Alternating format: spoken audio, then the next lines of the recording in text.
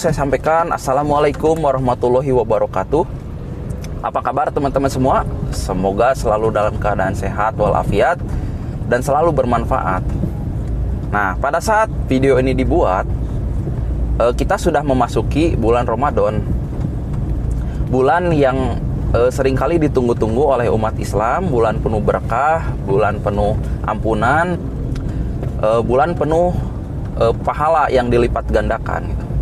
Nah, tapi bagi beberapa pebisnis di bidang makanan atau minuman, ada juga yang mengalami kebingungan, mengalami kegalauan, merasa khawatir gitu ketika mau memasuki bulan Ramadan atau pada saat menjalani bulan Ramadan gitu.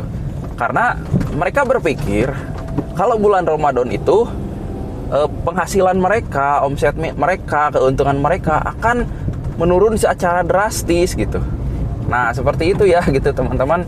Nah, kita akan coba hari ini ngobrol santai, berdiskusi gitu ya tentang problematika atau masalah yang dihadapi oleh para pebisnis di bidang makanan atau minuman selama bulan Ramadan, kan seperti itu gitu. Ya seperti saya bilang tadi, Ramadan ini bulan yang seharusnya ditunggu-tunggu oleh umat Islam, ya tidak terkecuali para pedagang-pedagang di bidang minuman ataupun makanan gitu ya. Ya harusnya juga ikut gembira, ikut bersukacita gitu dengan datangnya bulan Ramadan gitu. Nah, tapi memang ada dari mereka, ya tentu tidak semua ya, tapi ada dari mereka yang ya tadi merasa bingung gitu. Gimana nih kalau bulan Ramadan ini akan terjadi penurunan omset gitu ya, penghasilan saya akan drastis gitu di bulan Ramadan gitu. Nah, ini gimana kira-kira gitu kan. Nah, sekali lagi ini saya ingin menyampaikan gitu tentang mindset gitu ya. Jadi pola pikir dari para pebisnis bidang makanan atau minuman. Ya kalau dari awal sudah punya pikiran atau penyimpulan bahwa bulan Ramadan ini pasti omset akan menurun, pasti keuntungan akan menurun kan gitu. Nah, tentu ya pada akhirnya itulah yang akan terjadi. Ya omset penjualan kita menurun, keuntungan kita akan menurun gitu. Karena kita sudah berpikir ke arah situ gitu, dan akhirnya tidak memikirkan apa yang kira-kira bisa dilakukan untuk tetap mempertahankan omset selama bulan Ramadan gitu. Tapi kalau seandainya orang-orang atau para pedagang-pedagang itu juga punya pikiran yang berbeda dari kebanyakan orang, misalkan ya gimana selama bulan Ramadan ini kita tetap berusaha untuk mencari peluang-peluang yang bisa dimaksimalkan untuk meningkatkan penghasilan, meningkatkan keuntungan gitu ya. Kira-kira apa nih yang bisa kita temukan peluang-peluangnya itu? Ya bisa jadi kan akan ada peluang-peluang baru, itu peluang-peluang yang mungkin jauh lebih besar yang bisa dimanfaatkan selama menjalani bulan Ramadan gitu. Nah, inilah yang mungkin banyak tidak ditanamkan mindset yang seperti ini, kan seperti itu gitu. Ya kalaupun ada upaya-upaya untuk mempertahankan penghasilan, mempertahankan omset di bulan Ramadan, ya cara simpelnya yang biasanya dilakukan oleh kebanyakan para pebisnis atau penjual makanan atau minuman, ya mereka mengganti jam operasionalnya dari awalnya biasa pagi atau siang, ya mereka ganti ke sore hari menjelang maghrib sekitar jam 4 atau jam 5 sore gitu kan. Nah, karena kan berpikir biasanya di jam-jam itu akan banyak orang-orang yang membutuhkan sajian-sajian baik makanan atau minuman untuk berbuka puasa kan gitu. Nah, sehingga cuma di jam-jam itulah para pedagang bisa memanfaatkan gitu. Nah, seperti itu. Cuma masalahnya ketika mengubah jam operasional dari biasanya pagi, ya biasanya kan mungkin mulai pagi sampai sore atau sampai malam, itu kan panjang sekali kan waktunya. Nah, ketika diubah dari cuma mulai sore gitu ya sampai maghrib atau mungkin cuma sampai isya jam 7-an, nah itu kan ada penurunan drastis dari segi durasi waktu ya, durasi waktu yang bisa digunakan untuk berjualan kan gitu. Nah, ini kan ketika ada durasi yang berkurang sangat banyak, tentu ini seringkali juga tidak serta-merta menyelesaikan permasalahan yang dihadapi oleh para penjual-penjual makanan atau minuman itu gitu kan. Nah belum lagi ada kendala-kendala juga yang biasanya ya rentan lah dihadapi oleh pedagang-pedagang makanan atau minuman di sore hari ketika mereka mulai berjualan gitu. Nah sore itu kan biasanya rentan juga ya, rentan ada kendala-kendala cuaca ya gitu, misalkan hujan gitu kan, apalagi sekarang kadang-kadang suka terjadi hujan gitu sore-sore gitu. Ya saya sendiri suka kasihan ya gitu ketika melihat pedagang-pedagang gitu ya. Saya sendiri kan kenal banyak pedagang-pedagang makanan atau minuman gitu yang mereka dari siang sudah mempersiapkan gitu ya, mempersiapkan barang dagangannya untuk bisa dijual di sore hari gitu menjelang buka. Pas udah sore hari gitu ya, terus mereka udah gelar lapak, udah reda dasar lah istilahnya Sunda mah, tiba-tiba hujan. Nah ketika hujan ya tentu banyak masyarakat atau orang-orang itu kan juga pada malas keluar rumah gitu ya, pada akhirnya barang dagangannya nggak laku gitu kan, banyak yang sisa nggak kejual gitu. Nah ini bukannya malah untung tapi malah jadi rugi gitu ya, kasihan juga gitu kan. Nah itu pun sama seperti yang pernah saya alami juga pada masa-masa awal saya merintis bisnis di bidang minuman gitu. Ketika berpikir seperti kebanyakan orang gitu, cuma buka di sore hari gitu ya, dan waktunya lebih pendek, terus juga seringkali ada kendala-kendala cuaca seperti hujan gitu ya, pada akhirnya ya nggak bisa memecahkan masalah gitu kan.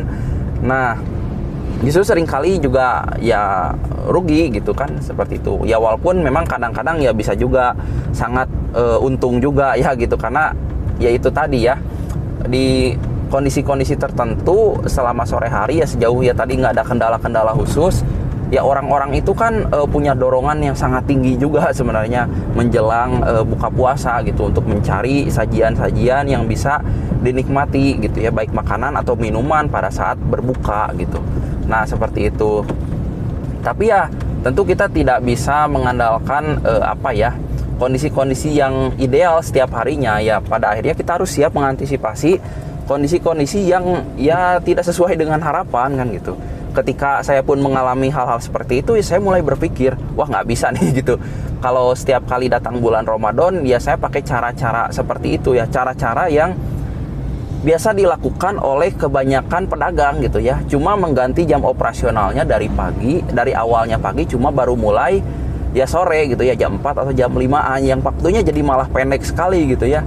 Ya itu pun cuma bisa dilakukan mungkin cuma sampai jam 7-an gitu ya, atau setelah maghrib, karena kadang-kadang orang-orang kalau setelah jam 7 gitu mereka udah makan, udah kenyang ya, juga nggak terdorong untuk beli apa-apa lagi gitu ya. Mereka banyak juga yang mulai fokus untuk menjalani ibadah di malam hari, seperti halnya sholat taraweh gitu kan, sholat-sholat lain gitu ya. Banyak lah gitu ibadah-ibadah yang bisa dilakukan di malam hari gitu oleh masyarakat. Nah jadi menurut saya sekali lagi ini tergantung mindset kita di awal. Kalau kita berpikir ya Ramadan ini pasti akan terjadi penurunan omset, penurunan penghasilan, ya pada akhirnya itulah yang akan kita alami. Tapi kalau kita berpikir ya gimana mencari solusi-solusi terbaik gitu untuk bisa mempertahankan omset, atau mungkin mencari peluang-peluang yang sekiranya bisa dimanfaatkan selama bulan Ramadan ini, ya tentu pikiran kita akan terarah ke situ gitu, untuk mencari solusi-solusi yang terbaik gitu ya, strategi-strategi yang mungkin bisa diterapkan untuk mengantisipasi bulan Ramadan kan gitu. Nah pengalaman saya ya, saya alhamdulillah justru di bulan Ramadan mengalami peningkatan omset yang signifikan. Saya berjualan jenis-jenis minuman gitu, atau cemilan-cemilan berbahan susu gitu ya, yang itu ada peningkatan drastis di bulan Ramadan gitu ya. Walaupun pada awalnya ya gitu ya, sama seperti kebanyakan pedagang lain gitu ya, mengalami penurunan. Tapi apa yang saya lakukan? Saya berpikir pada saat itu untuk melakukan diversifikasi produk gitu. Saya mulai berpikir riset produk gitu ya, terus ingin menciptakan gitu ya produk-produk yang sekiranya bisa diciptakan, dibuat yang itu eksklusif hanya di bulan Ramadan gitu. Ya akhirnya saya punya produk yang memang eksklusif hanya dijual di bulan Ramadan, tapi produknya itu juga bukan produk seperti kebanyakan pedagang-pedagang lain ya. Misalkan ya, kan kalau bulan Ramadan paling yang dijual itu adalah kolak, misalkan sop buah ya, karena kayak gitu ya kebanyakan pedagang-pedagang gitu jualannya gitu ya. Ya udah biasa, mungkin ya udah umum, tapi saya coba waktu itu pikirkan produk khusus yang ini tidak pernah dijual oleh pedagang-pedagang lain. Nah, ini saya bisa ciptakan pada Ramadan kurang lebih 3 tahun lalu gitu kan. Nah, akhirnya ya bisa, dan itulah salah satu juga yang bisa mendongkrak penjualan saya di bulan Ramadan.